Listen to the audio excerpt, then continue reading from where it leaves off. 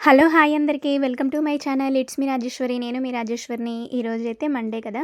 Monday స్పెషల్‌గా అయితే లంచ్‌లోకైతే నేను ఇక్కడైతే పప్పు చేస్తున్నాను. ఈ పప్పు అయితే చాలా మంచిది. ఇది మనం వారానికి 2 సార్లు అయితే చేసుకొని తినాలి. హెల్త్‌కి చాలా మంచిది. ముందుగా అయితే నేను ఇక్కడ పప్పులోకి అయితే టమాటోస్ అయితే కట్ చేస్తున్నాను. ఇప్పుడు వాటర్‌లో అయితే ఈ మునగాకు ఉంటది కదా! దాన్నైతే వాష్ చేసుకొని కందిపప్పులో అయితే వేస్తున్నాను. ఈ పప్పు చాలా మంచిది హెల్త్‌కి.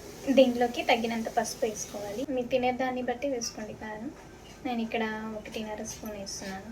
ఆకుకూర వేసి ఇక్కడ పప్పులో ఇప్పుడు ఈ మిశ్రమాలను మొత్తం మనమైతే కుక్కర్‌లో ఉడకబెట్టుకోవాలి. చింతపండుని దాంట్లో వేయకూడదు.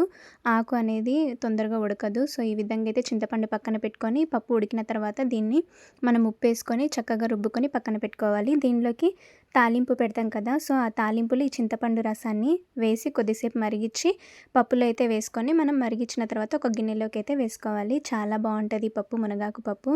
అందరు మీరు కూడా ఒకసారి ట్రై చేయండి. నేను నిన్న లాంగ్ వీడియోలో లడ్డు రెసిపీ పెట్టా కదా!